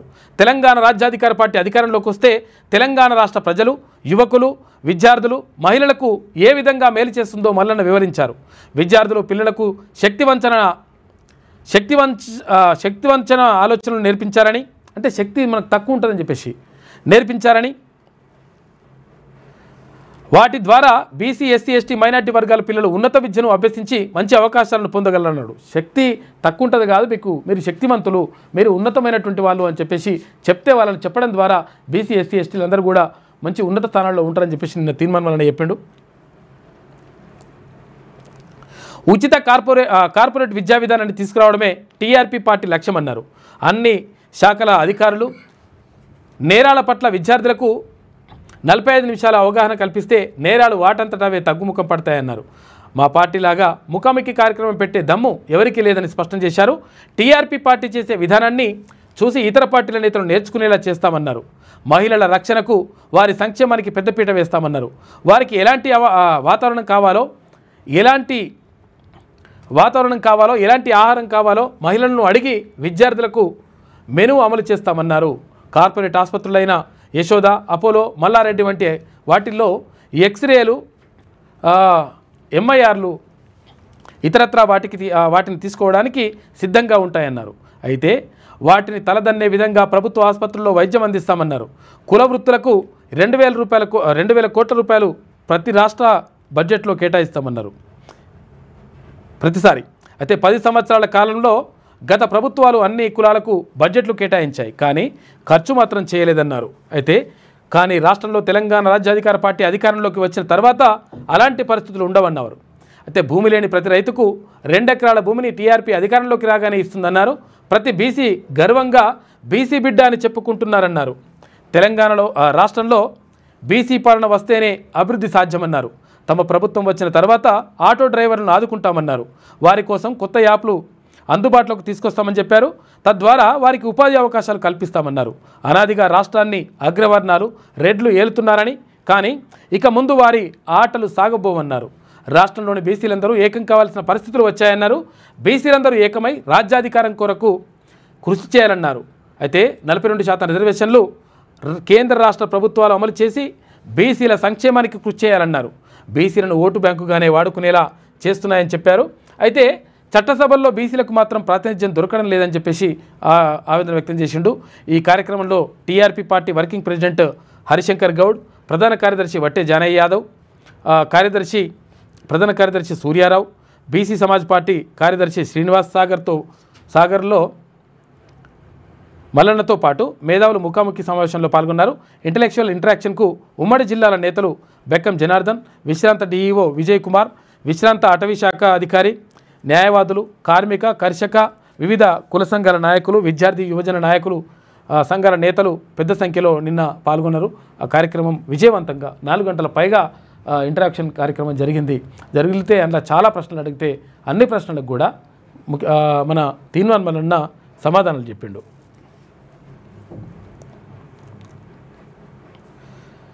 ఇక మావోయిస్టులకు మరో ఎదురు దెబ్బ. మావోయిస్ట్ అగ్రనేత ఆసన్న టీం లొంగుబాటు అని చెప్పేసి ఇందాక చూసుకున్నాగా ఒక వార్త కనిపిస్తూ ఉంది. ఆసన్న కూడా లొంగిపోతున్నాడంటే ఇవాళ. ఛత్తీస్గఢ్లో 27 మంది మావోయిస్టుల లొంగిపోయిన వారిలో 10 మంది మహిళలు కూడా ఉన్నారంట. ఇక నేటి నుంచి మొక్కల కొనుగోలు, రాష్ట్ర వ్యాప్తంగా 200 సెంటర్లు ఏర్పాటు, మద్దతు ధరతో కొనేందుకు సన్నాహాలు. క్వింటాలకు 2,400 రూపాయల మద్దతు ధర, 6 లక్షల టన్నులు కొనుగోలుకు ఏర్పాట్లు చేస్తున్నట. ఇవాళ సుప్రీంకోర్టు ముందుకు 42% పంచాయతీ. ఇక హైకోర్టు స్టేపై విచారణకు ఛాన్స్ ఉంది. జీవో నెంబర్ 9పై క్లారిటీ. ఇక సర్కార్ తరఫున వాదనలు వినిపించనున్న అభిషేక్ మను సింఘ్వి హైకోర్టు స్టేను సుప్రీం సస్పెండ్ చేస్తుందా లేదా అనే దానిపైన ఉత్కంఠ నెలకొని ఉన్నది. ఏం చేస్తుంది సుప్రీంకోర్టు ఇవ్వాలనే దానిపైనే ప్రధానంగా చర్చ జరుగుతూ ఉంది రాష్ట్ర వ్యాప్తంగా. కాంగ్రెస్వి చిల్లర రాజకీయాలు, ఆ పార్టీ నేతలు విఘ్నత మరిచి విమర్శలు చేస్తున్నారని చెప్పేసి ఇక్కడ హరీష్ రావు అంటుండు. మాగంటి గోపీనాథ్ చనిపోయి 2 నెలలు కాలే, భర్తను కోల్పోయి సునీత పుట్టెడు దుఃఖంలో ఉంది.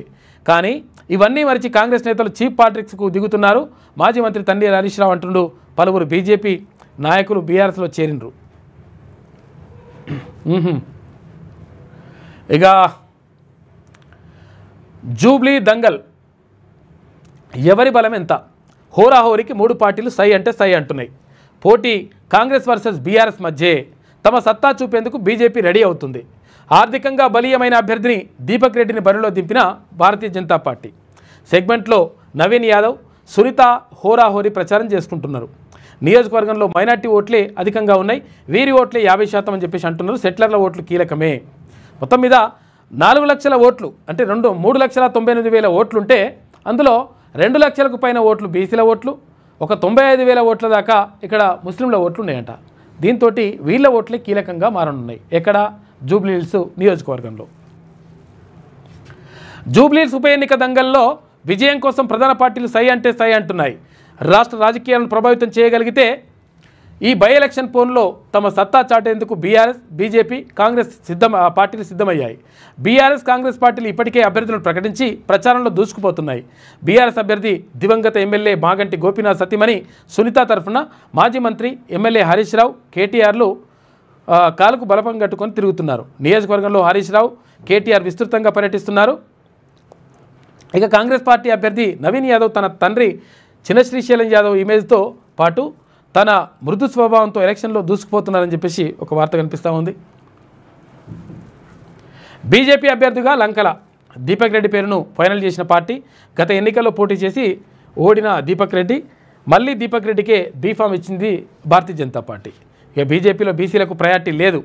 ఆ పార్టీలో బీసీలు ఎక్కడున్నారు? బీసీలను కిషన్ రెడ్డి మోసం చేస్తున్నారు. జూబ్లీహిల్స్ టికెట్ దీపక్ రెడ్డికి ఎలా ఇస్తారు? గోషామైల్ ఎమ్మెల్యే ఇక్కడ రాజాసింగ్ మరోసారి ఫైట్ చేస్తూ ఉన్నాడు. ఇవాళ ఏపీకి ప్రధాని మోడీ వస్తూ ఉన్నాడు.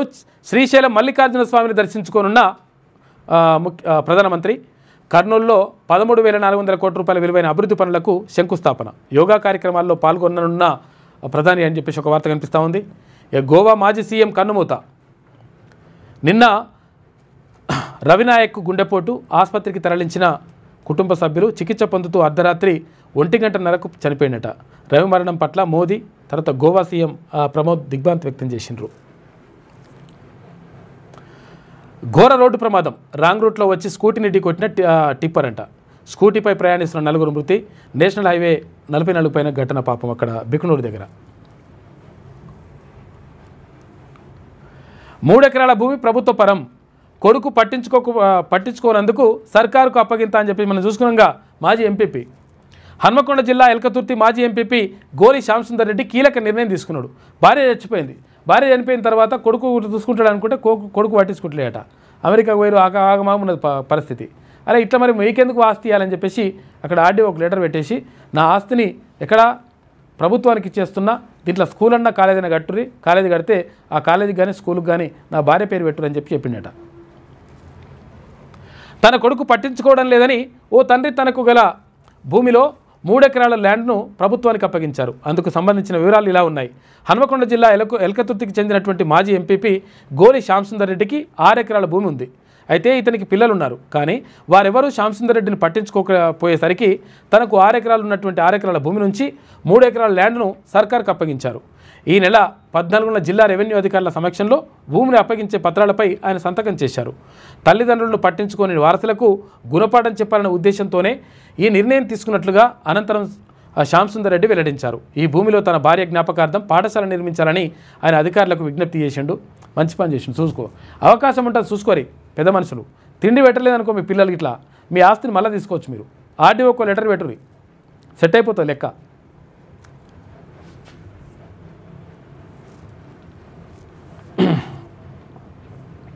ఇక మన మట్టి మన రక్తం మన తెలంగాణ అని చెప్పేసి ప్రత్యేక వ్యాసం రాసిండు గంటా సోమన్న, సీనియర్ జర్నలిస్టు. ఇక నేటి మాట చూసుకుంటే, నువ్వేం చేస్తున్నావు? అన్యాయాలు అలుముకున్న చీకట్లో తలదాచుకున్నావా? నిజాలను నిగ్గు తేల్చే ఉద్యమంలో పాల్గొనలేవా? ఆధిపత్యం అహంకారం పెనవేసుకున్న నిర్బంధంలో నలిగిపోతున్నావా? నువ్వేం చేస్తున్నావు? పేదల బతుకులు బుగ్గిపాలవుతున్నా నీకేం పట్టింపు లేనట్టుగా మౌనంగా ఉన్నావా? దేశంలో ఆడపిల్లలపై అఘాయిత్యాలు రోజురోజుకి పెరిగిపోతున్నా నిలవరించలేవా? ఈ సంఘంలో సమాజంలో తల ఎత్తుకుని బతకాలంటే నీతి నిజాయితీదారులు వెంట పరిగెత్తాలి. నువ్వేం చేస్తున్నావు? నిచ్చెన మెట్ల కుల వ్యవస్థ ఇంకా వివక్ష చూపిస్తుంది. అగ్రవర్ణాల రాజకీయ పెత్తనం సబ్బండ కులాలను మోసం చేస్తుంది. స్వాతంత్రం వచ్చిందని సంబరాలు చేసుకునే దేశంలో బడుగు బలహీన వర్గాల ప్రజలు ఇంకా ఆర్థిక సంక్షోభంలో నలిగిపోతుంటే నువ్వేం చేస్తున్నావు? నీ జాతులకు రాజ్యాధికారం అందించలేవా అని చెప్పేసి పెద్దపల్లి రాజన్న గట్టిగా రాసిండు నేటి మాట. ఇంకెంతకాలం ఏం చేస్తున్నావు అని చెప్పేసి. రాజ్యాంగ సవరణ జరిగితేనే బీసీలకు రిజర్వేషన్ లభిస్తాయని చెప్పేసి ప్రత్యేక వ్యాసం రాసిండు మధునరి శ్రీశైలం కుర్మ, ఓయి విద్యార్థి నాయకుడు, మలిదశ తెలంగాణ ఉద్యమకారుడు. ఇక అన్న స్కూలుకు పోతా అని చెప్పేసి ప్రత్యేక వ్యాసం కనిపిస్తూ ఉంది. 15,000 తీసుకో అన్న, ఆటో తోలుతా 10,000 తీసుకో అన్న, కటింగ్ చేస్తా 10,000 తీసుకో అన్న, ముసలోడని 2,250 తీసుకో అన్నా, నేను మహిళని 15,000 తీసుకో అన్నా, నేను కాపును 15,000 తీసుకో అన్నా, నేను బట్టలు కుట్టే టైలర్ని 10,000 తీసుకో. ఇట్లా ఉంటుందంట పిట్టకథలు. ఇట్లా చేస్తున్నారు రాజకీయ నాయకులు అని చెప్పేసి ఒక కథనం కనిపిస్తూ ఉంది. ఇది శనార్థిలో ఉన్నటువంటి ప్రధాన కథనాలు. అయితే ఒకసారి గీమేమంటుందో చూద్దాం. తొలి తెలుగు నేపథ్య గాయని బాల సరస్వతీదేవి కన్నుమూత అని చెప్పేసి సినీ ప్రముఖుల సంతాపం అని చెప్పేసి ఒక ప్రత్యేక కథనం వేసింది శనార్థి నమస్తే తెలంగాణ దినపత్రిక. కాంగ్రెస్లో రచ్చరచ్చ, మంత్రి సురేఖ ఇంటి మీదకి పోలీసులంట అర్ధరాత్రి హైడ్రామా. ఆమె ఇంట్లోనే ఉన్న మాజీ ఓఎస్డీ సుమంత్, ఆయన్ను అరెస్ట్ చేయడానికి వచ్చామని చెప్పేసి పోలీసులు చెప్తున్నారు. అడ్డుకున్న సురేఖ, ఆమె కుమార్తె సుష్మిత తీవ్ర వాగ్వాదం జరిగిందంట. ఆరోపణలు వస్తే అరెస్ట్ చేస్తారా అంటూ ప్రశ్న. మరి రేవంత్ సన్నిహితుల అవినీతి సంగతి ఏంటని నిలదీసిందట. సుమంత్ జోలికి వస్తే ఎంత దూరమైనా వెళ్తామని హెచ్చరిక. మరింత ముదిరిన మేడారం జాతర పనుల వివాదం. చూసుకోయిగా మేడారం జాతర పనులు తీసుకుపోయి కోమటిరెడ్డి వెంకటరెడ్డికి ఆ శాఖకు అప్పగించిరట. ఇక మొన్న మంత్రి పొంగులేటి సమావేశానికి సురేఖ గైర్హాజరు. నిన్న ముఖ్యమంత్రి రేవంత్ రెడ్డి కార్యక్రమానికి డుమ్మా కొట్టిరట. మొత్తం ఆగమాగం జగన్నాథం ఉన్నది పరిస్థితి అని చెప్పేసి తెలుస్తూ ఉంది. రేవంత్ పొంగులేటే చేస్తున్నారు, బీసీలపై రెడ్ల కక్ష, ముఖ్యమంత్రి సోదరులకు పోలీసుల భద్రత ఎందుకు, మంత్రి అయిన మా అమ్మకు ఎందుకు ఇవ్వరు, ఓఎస్డీని తొలగించినప్పుడు కనీసం అమ్మను అడగలేదు, వాళ్ళ ఇజ్జత్ ఎందుకు తీయాలని మేము కూడా అడగలేదు, ఇప్పుడు ఇట్లా చేసి వాళ్ళ ఇజ్జత్ వాళ్ళే తీసుకున్నారు అని చెప్పేసి మంత్రి సురేఖ కూతురు సుష్మిత సంచలన వ్యాఖ్యలు చేసింది. కావాలని చేస్తురని, రెడ్ అంతా కలిసి చేస్తురని. అవినీతి బురదలో బ్యూరోక్రాట్లు, రేవంత్ ఫెయిల్ అని చెప్పేసి ఉన్నతాధికారుల విచ్చలవిడి కరప్షన్, 500 కోట్ల రూపాయల క్లబ్లోకి పలువురంట, కొందరు ఐఏఎస్లు ప్రైవేటు ఆఫీసర్లట. సీఎం రేవంత్పై ఫిర్యాదుల వెల్లువ, ఖర్గేతో దామోదర, ఎన్నం, అనిరుద్ధ్ రెడ్డి, రాజేష్ భేటీ అంట సీఎం మంత్రులపైన ఫిర్యాదు చేశారని చెప్పేసి ఇట్లా రాసుకొచ్చింది. అందరి వార్తల కంటే ఈ వార్తలు ఎక్కువ ప్రియారిటీ ఇస్తుంది. బీసీల బంద్కు మద్దతు, తెలంగాణ ఉద్యమ స్ఫూర్తితో కొట్లాడి బీసీ కోటా సాధించుకోవాలని చెప్పేసి కేటీఆర్ అంటున్నాడు.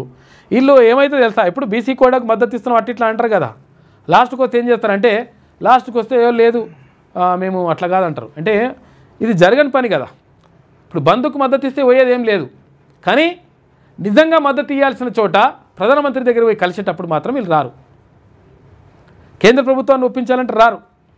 ఇటువంటి పని ఉంటుంది అనమాట లెక్క.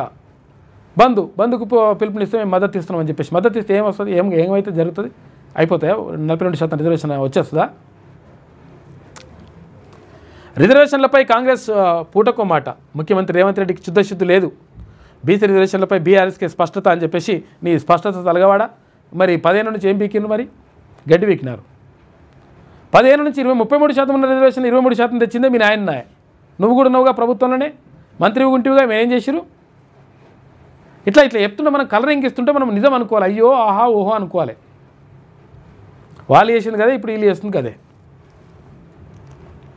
ఇంకా కొంచెం నయం. ఇప్పుడు ఇంకా బీఆర్ఎస్ అభ్యర్థి మాగంటి సునీత గోపీనాథ్ నామినేషన్ అని చెప్పేసి ఇక్కడ వార్త కనిపిస్తుంది. ఆపరేషన్ ఓట్ చోరీ, మొత్తం ఇలా వార్తలు తప్పితే ఇంకేం లేదు. ఇక్కడ తిట్టుడు, ఇక్కడ అనుడు తప్పితే ఇంకెళ్ళ వార్తలే లేవు. ఇక భారత్లో 2030 కామన్వెల్త్ క్రీడలు జరుగుతాయని చెప్పేసి ఒక వార్త కనిపిస్తూ ఉంది. మొత్తం మీద జరుగుతున్నటువంటి పరిణామాలు ఇట్లా ఉన్నాయి. ఇక మావోయిస్టు పార్టీకి ఇట్లా పరిస్థితి ఇలా ఉంటే, ఇక సుప్రీంకోర్టులో ఇవాళ ఎలాంటి విచారణ జరుగుతుంది, ఎలాంటి తీర్పు వస్తుంది, ఏం కథ, నిజంగా బీసీ రిజర్వేషన్లు అమలైతాయా కావా, ఇక్కడ ఇప్పుడు ప్రకటించినటువంటి రిజర్వేషన్లు ఉంటాయా పోతాయా, ఇక్కడ ఎంపీటీసీలు జడ్పీటీసీలు సర్పంచ్లుగా మరి ఇప్పుడు ఏదైతే రిజర్వేషన్లు ఉన్నాయో అవి ఉంటాయా పోతాయా అనే దానిపైనే రాష్ట్ర వ్యాప్తంగా చర్చ జరుగుతూ ఉంది. ఇవాళ సుప్రీంకోర్టులో జరిగేటువంటి విచారణపైనే అందరి దృష్టి ఉన్నది. హైకోర్టులో ఇక జీవో నెంబర్ 9 కొట్టేసిండ్రు, ఖతమైపోయింది, అక్కడ స్టే విధించిండ్రు. మరి ఇప్పుడు సుప్రీంకోర్టులో ఏం జరుగుతుంది? సుప్రీంకోర్టులో మరి అత్యంత బలమైనటువంటి వాదనలు ప్రభుత్వం వినిపించగలుగుతుందా, వినిపిస్తే సుప్రీంకోర్టు ఒప్పుకుంటుందా? ఇట్లా రకరకాల ప్రశ్నలు ఉన్నాయి. దానికి సమాధానం మనము దానికి సంబంధించినటువంటి విషయాలు కూడా ఎప్పటికప్పుడు అందజేస్తాం. కాబట్టి మధ్యాహ్నం 2 గంటల 3 గంటల వరకు తేలిపోయే అవకాశం ఉంటుంది, మరి అనుకుంటే సాయంత్రం వరకు.